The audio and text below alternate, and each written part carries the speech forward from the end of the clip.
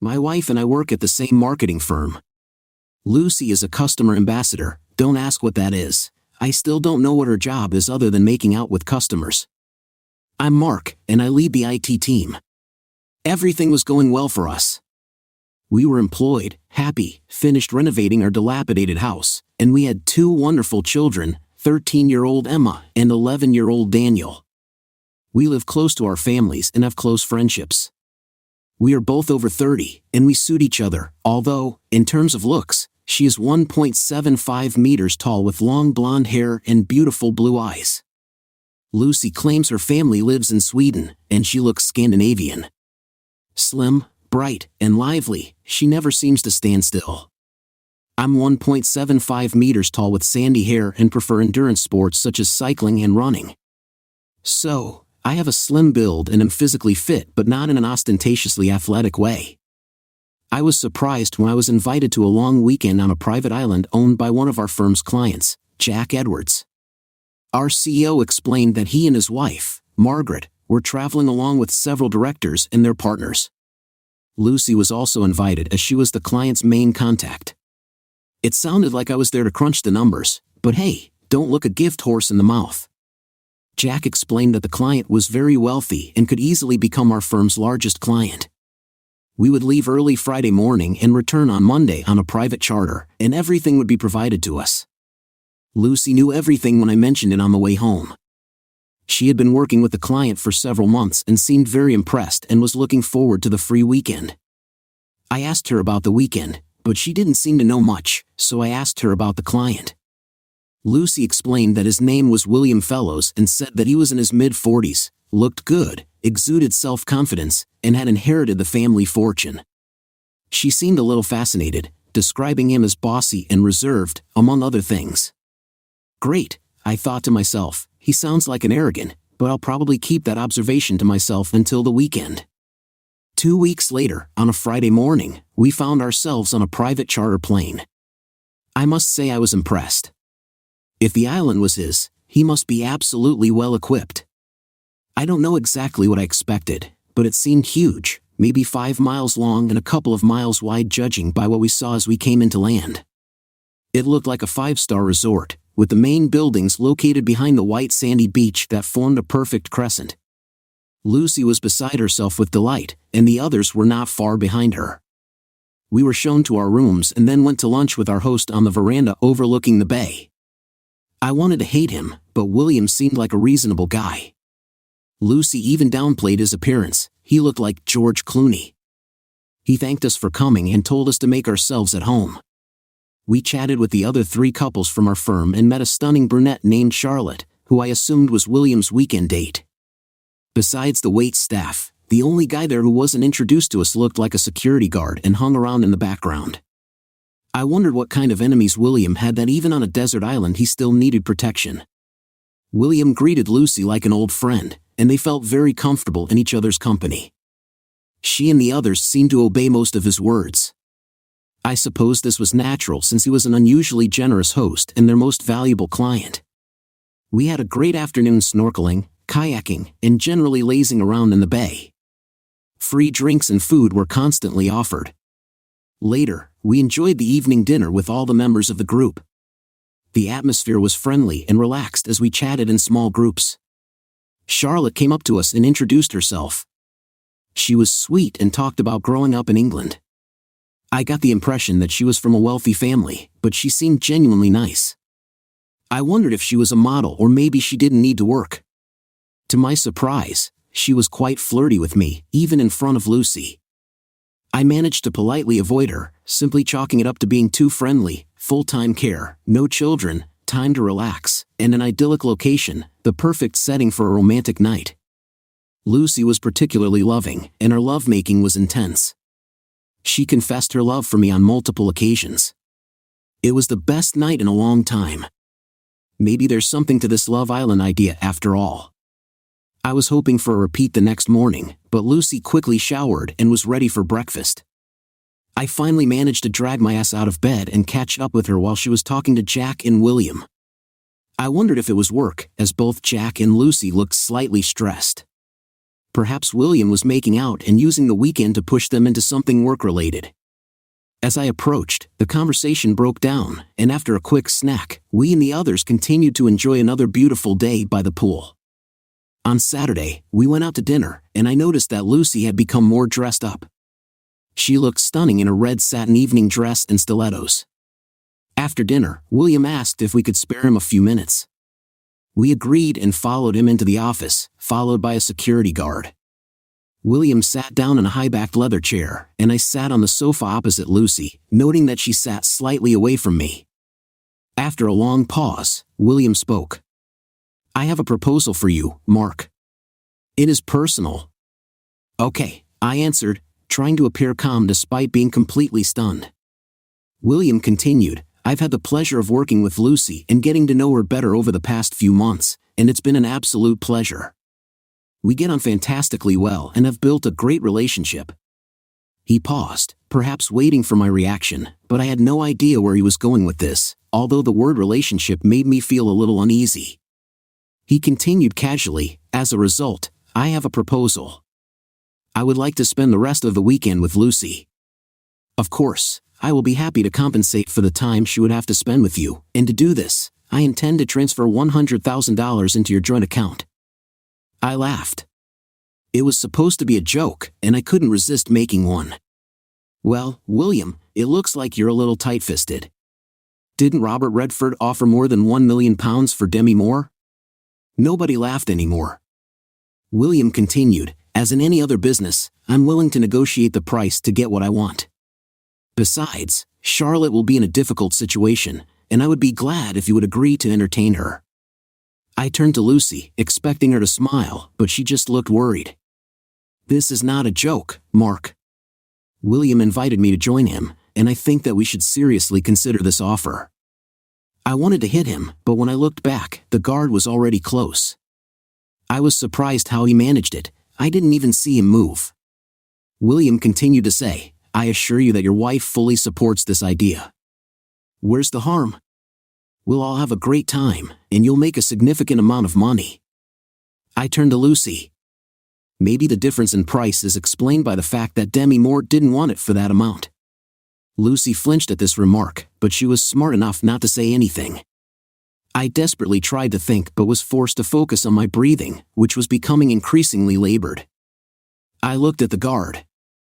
His demeanor had completely changed. He looked wary and focused on my movements, and with good reason, since I really wanted to punch William in his pretty face. "What is your name, ex-military, judging by your appearance?" "Shane, sir, and I cannot comment on this matter." "And if I attacked your boss, I think you could kill me with your bare hands or something."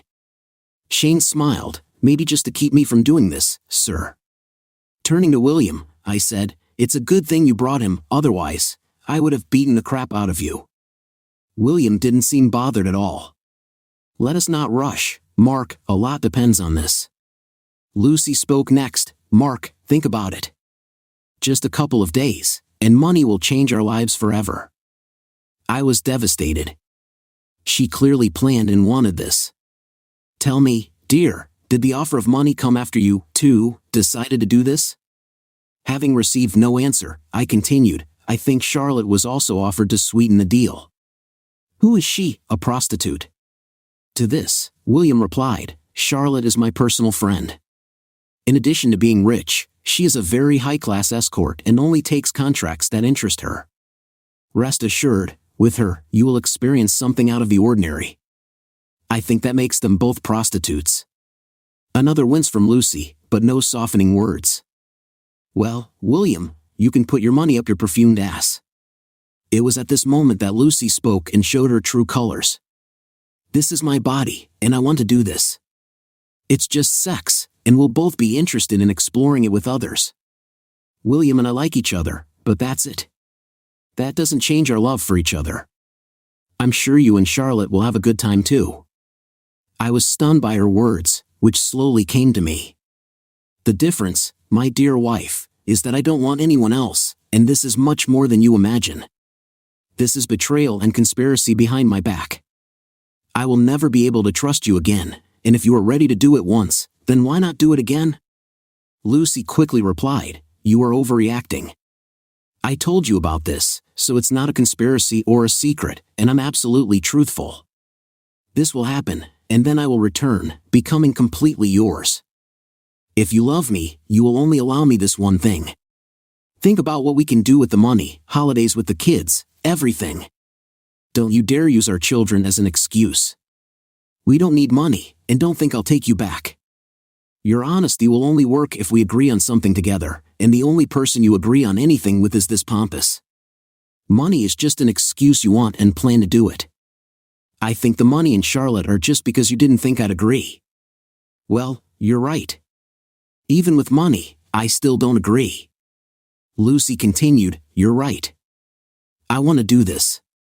I want to experience something different, something new, and I am attracted to William. But this should not hurt us. I don't want to change, and you think this is better. Have you already made your choice, even dressed up for it? Don't resist, baby. You won't like the consequences. What do you mean? I asked. Well, you won't come out of this with good consequences if you fight this or go for a divorce.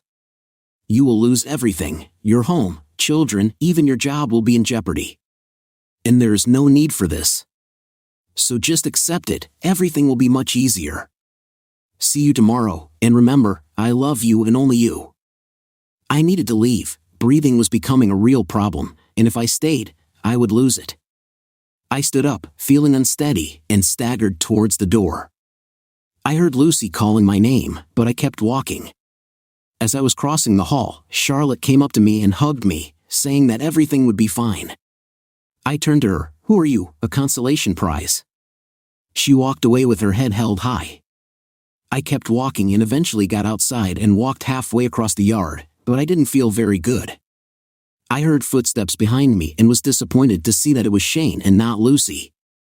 Listen, Shane, you just need to back off, I said. I would love to, but I need to make sure you don't do anything stupid. For example, do you have any ideas? Because I don't have any, Shane replied. Mark, you don't look too good. Just sit against the wall, pull your knees up, and focus on taking long, slow breaths, Shane suggested. After a few minutes, I calmed down. Thank you. I probably don't know what it was, possibly an anxiety or panic attack, I said. Shane replied, you were quite pale, but now you look more pink. Speaking of stupid ideas, is there a way to get out of this hole? I asked. Shane replied seriously, you can't get off this island today. There are no boats, the plane and pilot left for another charter. You might be able to radio for help, but a cheating wife is hardly an emergency. I'm glad you think she's unfaithful. She doesn't seem to understand that, and I'm already starting to doubt myself. What should I do? I asked. Because of you, I can't even beat the crap out of him, I said. Yes, sorry about that. I would like to step aside, but I will never find a job again, Shane continued. Listen, think about what you are going to do and come up with a plan. Whatever you need to do can wait until Monday. It's like in the army, form a plan, sit quietly, and don't tell them what you're going to do, Shane advised. The problem is that I have no idea what to do. They seem to have everything planned, and I will have to sit and suffer tomorrow and Monday while you babysit me, I replied. After a long pause, Shane suggested, there's a ship coming early Monday morning with cargo. You can take it if you want to avoid the plane with everyone else going home. They can't stop you, no one, including me, wants to be accused of kidnapping or imprisonment. I can even go with you. This contract is losing its attractiveness. I don't like being on the wrong side, even if it pays well. Okay, this will help. I just need to get through tomorrow. Tell you what, why don't we go on a hike around the island tomorrow morning to take your mind off all this nonsense? Besides, you should think about Charlotte. She's a wonderful girl, and it looks like you have nothing to lose, Shane suggested. I'll go back there. You never know, maybe she'll change her mind, I said. She, of course, did not change her mind, but surprisingly, I fell asleep. I think from fatigue. The next morning, I changed into my gym clothes and hurried down the stairs, hoping to avoid everyone and go on my date with Shane. Unfortunately, as soon as I entered the dining room, silence reigned there. I looked for something quick to eat and grabbed some fruit. The noise of conversations was heard. I heard comments about everything being fine, no big deal, she will come back.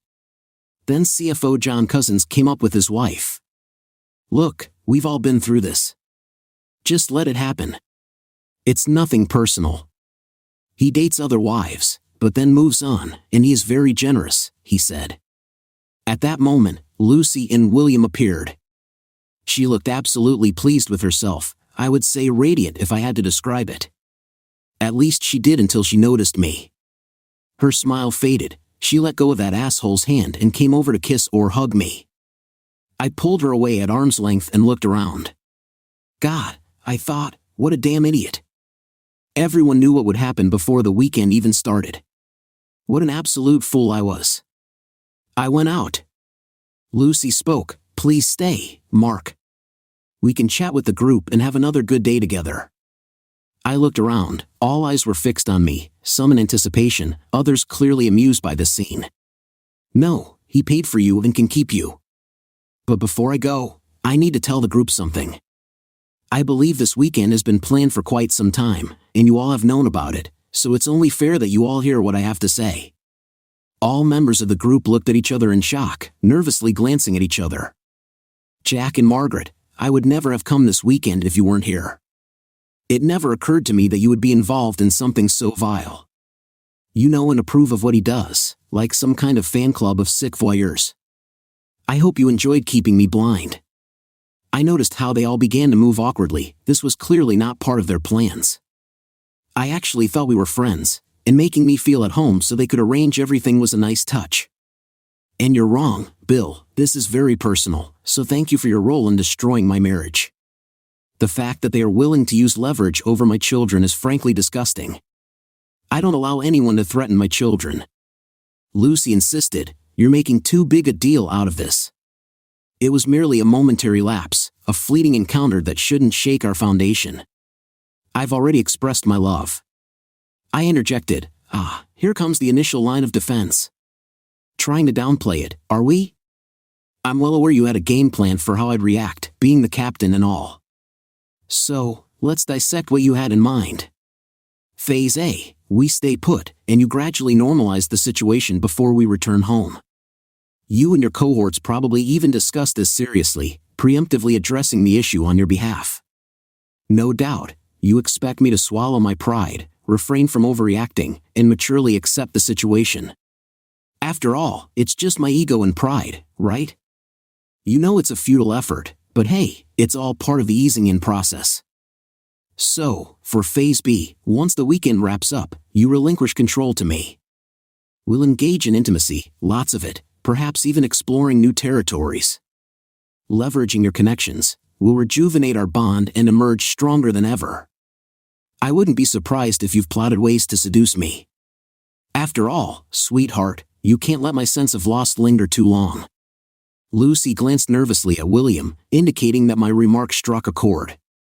Additionally, we'll have access to the funds he promised you. With the earnings from your side endeavors, we can treat the kids to a Disneyland trip and meet Mickey. These words elicited visible reactions from several individuals, evident from their shudders. If we are still fighting, Phase B kicks in. You already sowed the seed last night. If I really love you, then I should allow you to do this. For 15 years, you have been a wonderful wife, and this is just one night for you. Yes, this may begin to weaken my resolve, but what do I get after 15 years of devotion to you if I'm treated like crap? You knew I would never agree, and you attack me with a complete lack of respect. So this plan won't work. Now you're a little worried, maybe you better give me time to cool down. In a week or two, you'll find me drowning my sorrows in a bar somewhere, and then you'll ask for forgiveness. This is Phase D. You actually regret all this. You didn't realize it would hurt me so much, and you never would have done it if you had known. You love me, beg, cry, and all that. I must admit that you have a chance. But then the way you just walked hand in hand with him in front of everyone and looked so delighted with yourself, this confirmed to me that there really was no guilt or regret, only contempt and a desire to humiliate me. Phase D won't work for you. So finally, a backup plan may be needed. Phase E, threats. You will take all the money, the house, and set the children on me. You've already suggested that I might lose my job. William will pay to find you the best lawyers. I will end my life sad, poor, and lonely. You can even threaten to move in with him and live happily ever after with our children." William raised his head so quickly that I almost laughed. "Oh God, it looks like your lover doesn't really want your children, baby." Lucy finally found her voice. "It's really not that big of a problem," she began. "Why don't we just relax and give ourselves time to think? This is phase A, Lucy. We've already been through this," I said categorically. "So why don't we save everyone time and move on to the final result?" This is what I was thinking about last night, and my conclusion is that everyone, including the children, would be better off if we divorced. This is much healthier than living in an unhappy home. At the end of the day, you can't be happy if you're doing this crap, and I'm certainly not happy. You can try to stop me from seeing my kids, but you know I'm a good father, and that's good for them. And they're old enough to understand. I doubt your family and friends will support you, not after they find out what you did. I don't care about money, it's always been you." Everyone sat in shocked silence, eyes wide as goldfish. "Do any of your bastards have any more tips? Did I miss anything?" "No, don't think." "Oh, and one more thing, Jack, you can shove your job up your ass. But I'll see you in court for a forced dismissal case. My job depends on the client, having my wife. It seems that this is simply the reason." With that, I walked out. You could have heard a pin drop. Shane followed me as always. As we left, Shane chuckled, "Well done. I see that you took to heart the advice to keep the plan to yourself." I couldn't help but smile. "Yes, it looks like I failed at this idea." Shane actually laughed. As we left the building, "It's good that you remained a civilian. You would never have achieved success in the army anyway. Let's go." Shane grabbed his backpack and set off at a leisurely pace up the coast. After a mile, I was having trouble keeping up with him and began to think that perhaps it was a mistake. I heard him shout something from up front about how physical torture is a great way to take your mind off mental torment. My burning muscles and lungs seemed to agree. The scenery was breathtaking, and Shane was in good company. He switched from asking about me to hilarious stories from his time in the British Army. We spent several hours circling the northern part of the island, climbing along the coast. We headed to a high point in the center. I was barely out of breath when Shane suggested we jog back since it's all downhill. I could barely keep up with him, but I suspected he was slowing down to either support me or torment me, depending on your point of view. We returned at noon. I was panting and exhausted, telling Shane that until today I thought I was in shape. He was hardly out of breath but was kind enough to say that I was pretty fit and that it wouldn't make me feel too bad since he was a physical education instructor in the army. I staggered to my room. Lucy was not there, and I wondered if my wife was earning an extra fee. I showered, and finding myself very hungry, headed to the dining room to find some food, but was again disappointed to find William and Lucy there. Shane was also there, hanging out in the background, and I wondered how he managed it. He looked fresh as a daisy and fully dressed in a suit. William began to speak with his usual airy confidence. "Mark, my dear friend, I feel that we started on the wrong side, and I want to apologize. I've never had problems like this with my relationships before, and I certainly don't want to jeopardize your marriage." "It's too late, you've already done it," I replied. "I want to withdraw my request to spend this evening with your wife and increase the compensation." With these words, William handed me a piece of paper. I opened it and saw a check for $250,000. I stared at Lucy, who looked like she was crying, and I couldn't help myself. "You must have been pretty good to earn that much, baby." Lucy's eyes flashed with anger. "That's not the point. We made a terrible mistake, and we're trying to correct it." William was the perfect gentleman and was genuinely concerned about how you reacted. I laughed at this statement. "What is your idea of an ideal gentleman? Did he say thank you after he finished having sex with you?" "There's no need to joke, Mark. This is just a miscalculation on our part. We miscalculated your reaction to what was happening. It was a once-in-a-lifetime experience for both of us. You should be grateful to Lucy for making the sacrifice to offer you and your children a better life." just a miscalculation? I doubt it. I made it clear what I thought about your plan, but you both went ahead anyway. You could have stopped everything at any moment but decided to stop only after you had your share of pleasure. Well, you calculated this little maneuver too. With this, I tore up the check. I just saved you from becoming a honey. There's only the cheating part left, but I don't think I can fix that this time. Her tears started immediately. I turned to Fellows. Why are you doing this? Control or the thrill of having someone else's wife? Either way, it makes you a very sad bastard. Lord, how old are you? 48 years old, and you act like a child stealing toys just because you can.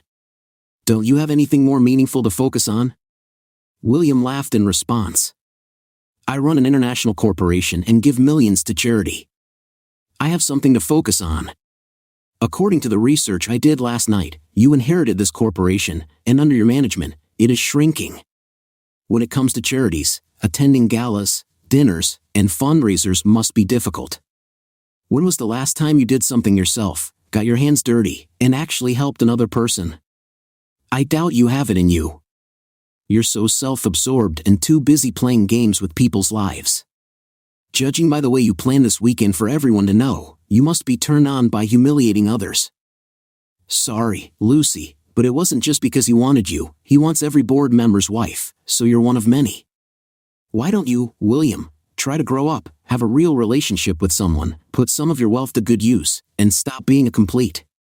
For the first time, I saw him stumble over his words and look unsure of himself. I continued, Shane, you better get that piece of crap out of my sight before I take a chance on you. I saw Shane hide a small smile before saying to Fellows, I think it's time for us to leave, sir, before your safety becomes an issue. After they left, I grabbed a snack and went down to the beach, trying to avoid the others. Just when I thought I was alone on the beach, I noticed Charlotte lying in a hammock reading. If she had been beautiful before, now when she smiled, she became truly dazzling. I approached her. Sorry about last night. Before I could continue, she replied, there is no need for this. I was sure that you would accept the offer. If I had known, I would never have approached you. Your reaction is completely understandable, and your speech at breakfast was absolutely wonderful. I couldn't agree more. When you left, Lucy burst into tears, and I've never seen William look so embarrassed. I loved every minute. Oh, I'm sorry. I shouldn't have said that considering what you're dealing with, I answered. Thank you. Good. I'm even glad that something is starting to become clearer. I'm already tired of being told that this is nonsense. You see, William has no idea what to do with you. He had never been rejected before and was not used to dealing with morals. Has he already offered you more money? Yes, just before I came down. $250,000. Damn idiot. I told him not to do it, but he's used to paying enough until he gets what he wants. He will pay for this both in business and personally. Charlotte was easy to talk to, and she listened intently as I talked about my marriage and children. She was clearly intelligent and highly educated. She expressed surprise that Lucy would do this while in a seemingly happy marriage, suggesting that there had been some kind of unhappiness or open marriage arrangement between us. I thought about it. No, it's just an unexpected ambush. She seems to be completely fascinated by this guy. He can have that effect on a woman. It's all very charming, but the river isn't that deep, if you know what I mean. We talked some more, and I felt a little better. I think you really love her. Your reaction to the proposals and at breakfast must be breaking your heart, she said. I shrugged. I'm sorry that I took part in this. It's not your fault. I just need to survive one more night, and then maybe I can escape. She smiled again, and it was starting to distract. Well, maybe I can help with this. Everyone was surprised when I came to dinner. Lucy no longer sat next to William. Dinner was quite normal, although I ignored Lucy's attempts at small talk. When Lucy asked if I wanted to go to bed early, I smiled pleasantly and said I had other plans. She looked embarrassed, and this embarrassment increased when Charlotte came around the table and hugged me as I stood up. We left the hall together. We walked down to the cabins on the beach. The original plan was to just leave together and give Lucy a taste of her own medicine, but Charlotte felt good in my arms. Very good. And when we kissed, at least some of the disappointment of the last 24 hours disappeared. I thought about keeping my morals, my sense of right and wrong, but then I looked at her. I guess Lucy wanted me to be more flexible, and as far as I'm concerned, our marriage vows have already been broken by Lucy. I had an outstanding night with Charlotte. It wasn't just her beauty, she had a serene sexiness. Every move seemed so precise and perfectly timed. She truly was a master of her craft. Surprising myself, I didn't think about Lucy and didn't feel guilty. The painful memory of Lucy with William easily eliminated any hint of remorse. I had a good time. Boat taxi to the airport and then the usual flight home. I picked up the kids and made arrangements for their weekend as best I could. I made up a vague story about how their mother and I had had a fight but that we would work things out and was just suggesting dinner when Lucy came into the house dragging our heavy suitcase. The children ran upstairs to get ready, shouting, "Hi, Mom." Lucy smiled. "Dinner is a good idea. If you give me a few minutes, I'll get ready." "I'd rather you didn't do that, Lucy. Like you said, I don't know how much time I'll have with them, so I'd rather we go alone." Lucy. When I met William, I immediately felt a connection. He seemed so dashing, confident, strong. Charming, almost like old movie characters. It was strange that later, in Mark's presence, he was neither of them. Flirting led to lunch and then dinner. It was exciting. I felt dizzy from it. After dinner, he kissed me goodnight, and I almost melted. But I was determined not to cheat and told him about it. William talked about how some of his relationships were open, and I wondered if Mark might be able to go for it. When he offered to make this offer, I thought that the money would justify it. Jack supported me, and we started making plans for the weekend. The weekend started out brilliantly. I had a great time with Mark and almost gave up on the whole thing if only I could. William said that everything would be fine and that he should relax. Both he and Jack said to expect Mark to reject the idea but to give him time to calm down.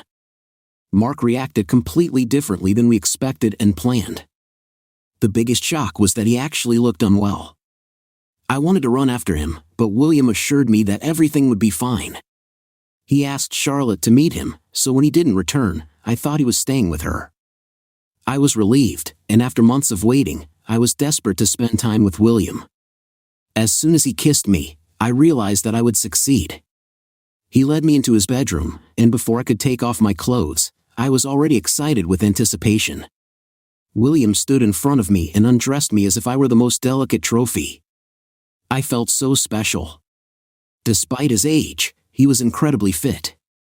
I was not disappointed by his body or his manhood below the waist. When I reached out to him, William pulled away and started kissing my whole body, kissing me everywhere. Slowly, he gauged my reaction and responded, seemingly in sync with everything I wanted and needed. My first climax came quickly, caused by his skillful caresses.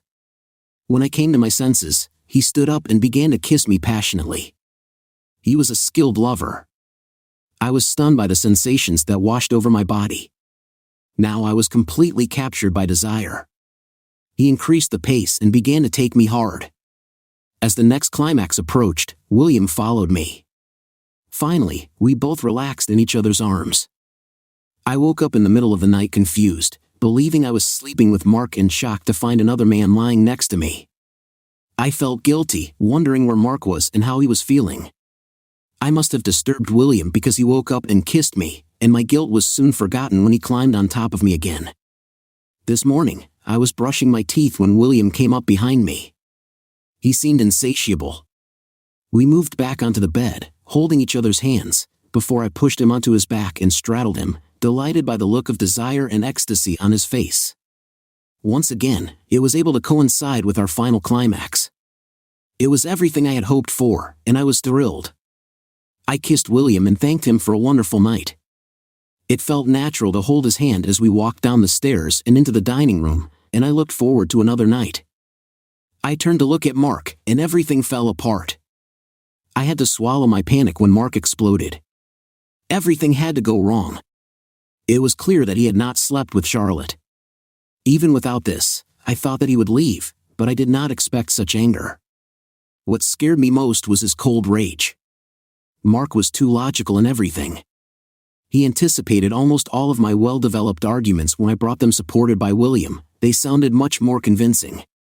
But Mark crushed them all in 5 minutes, making them sound weak and pathetic, even to me.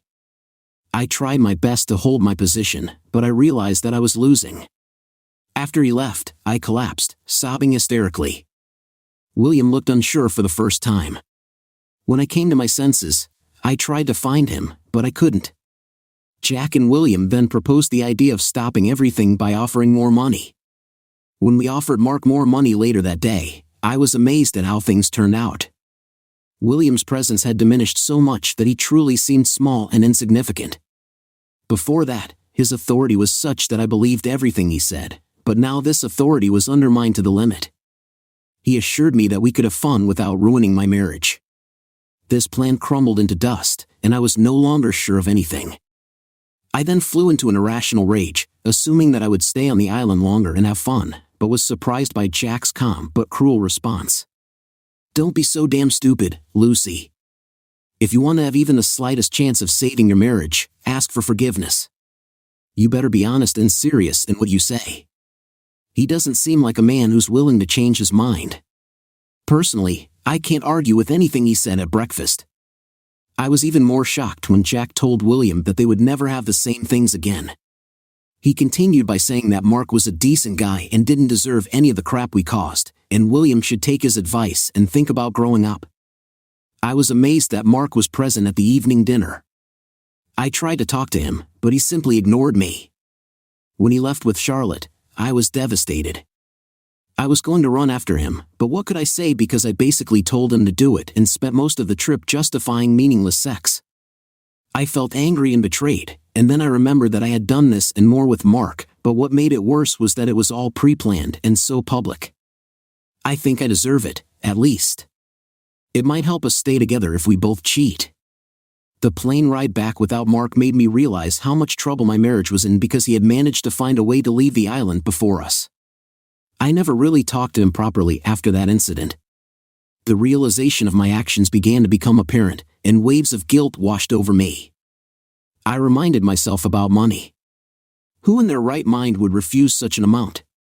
My constant tears turned into full-blown sobs bordering on hysteria, which I could not control. Jack and Margaret became increasingly concerned about my well-being.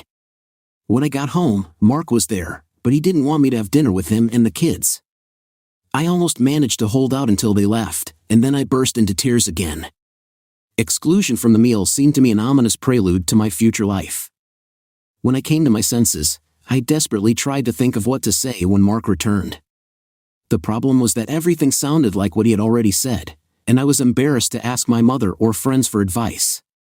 Mark, when we finally got home, the kids went straight to their bedrooms as usual, burying their heads in video games and phones. I stood and looked at Lucy in the kitchen. She seemed completely unfamiliar to me. She almost whispered, "Can we talk? I mean, properly." I shrugged, thinking that we should figure this out eventually, so why drag it out? "I'm sorry, Mark. I promise you that it was just one time, and I will be yours and as faithful as before the weekend. I did it for the money. It could be life-changing for us as a family. I did it for us. You did it for yourself. We were fine, and money wasn't a problem. You couldn't wait to jump into his bed. You must have been in for a fancy dinner and sex overall. Everyone had a good time. You were overreacting. It shouldn't mean anything. You really should skip phase A, Lucy. And you know it. This wasn't casual sex, it was a planned betrayal. Arrogant, selfish, all those traits that I hate. And now I hate you very much. So you did the same thing to that?" "No, I didn't. I took revenge because nothing seems to reach you. You couldn't pull your head out of your ass to see how it affected me. I would never have thought about this if I had a faithful wife, and I hope it hurts. Really hurts, so you might have some idea of what I feel. Only, I didn't plan this in advance and with the knowledge of everyone else, making myself look like a complete idiot. Speaking of which, How long did your secret plan take, and was this your first time with him? Her eyes widened at this, but then she seemed to realize that this was a sincere and reasonable question. It was the first time we had dinner, and I knew that he liked me. I think Jack and Margaret were feeling me out, asking if I was interested. The four of us were having dinner, and for the first time in my marriage, I found myself aroused by another man. His confidence was intoxicating. I knew it was wrong, and I resisted with all my might and managed not to have an affair. Then William suggested the idea of asking you about opening up our relationship and what you thought about changing. We talked about this briefly one evening, but it was clear that you would not agree to this. Then he came up with the idea for this proposal, and I thought that the money would make it all worth it for you. We were nervous as the trip got closer, and he suggested inviting Charlotte to ensure that you would agree. I didn't like the idea, but by then, I just wanted it to happen. I thought that even if you didn't entirely approve of this, we would recover. Then you so effectively destroyed all these ideas at breakfast, and I began to realize the consequences of what I had done. Was it worth it? No, of course not. I was so carried away by him and listened to what he said. I never meant to hurt you. Oh, then straight to phase D, unintentional pain. You were enjoying this. It was clear enough from the way you were flying around during breakfast. Now you're just telling me what I need to hear.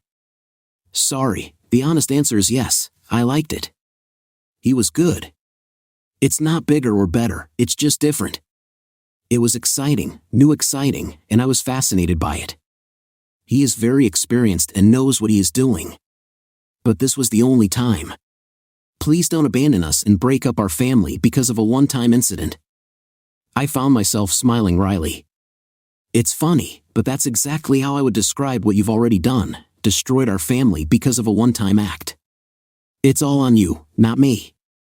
You're right. It's all my fault. I'm so sorry. I love you with all my heart.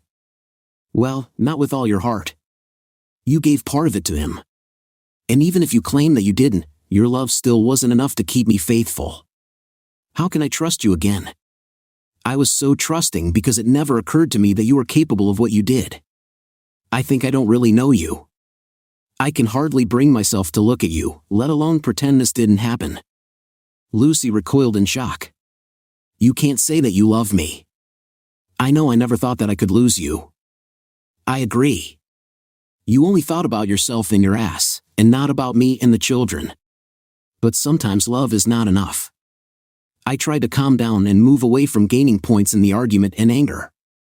After a long pause, I continued, listen, Lucy. Even if we stay together and just forget about it as you suggest, we will never be the same. You destroyed the trust and bond of care we had for each other. You remember that more than anything in the world, we cared about each other and the children. We didn't let anyone else get hurt. I never expected that you could hurt me, Mark. I love you. I made a huge mistake, and I'm ready to do anything to get it back. This cannot mean that we will get divorced to get your way. You tore my heart and threatened me. You don't do that to someone you really love. Lucy stared in silence, stunned, not knowing what else to say. We need to talk about the children. I think that children are better off in separated families than in dysfunctional ones, so from this point of view, the best option is divorce. I agree that you will win custody, but don't try to stop me from seeing them. It will be better for you too. They are listening to me. You are not very good at setting boundaries. I frown at the irony of that comment, and they are already testing you. It will be better for you and for them if I remain in their lives. Lucy shrugged seriously. Lucy, no matter what happens, don't stop me from seeing our children. Don't alienate me. I am not a bad guy. I treat them well and love them to bits. You haven't seen how angry I am yet.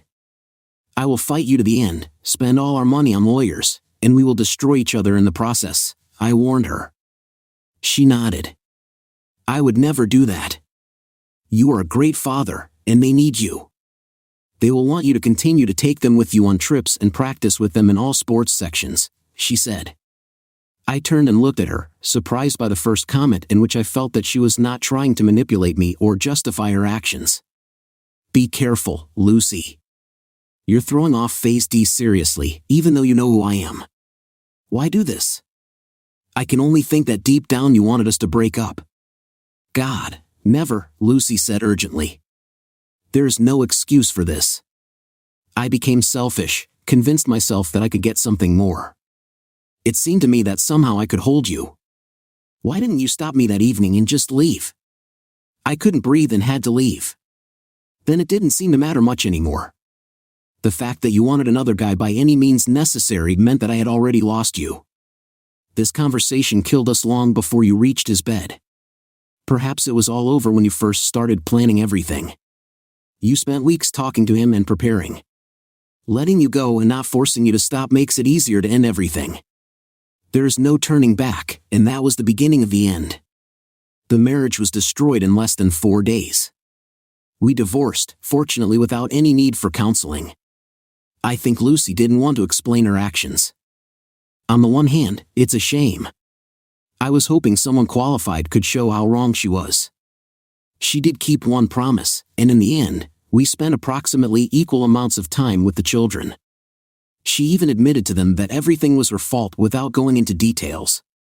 They were old enough to understand and often decided for themselves where to stay.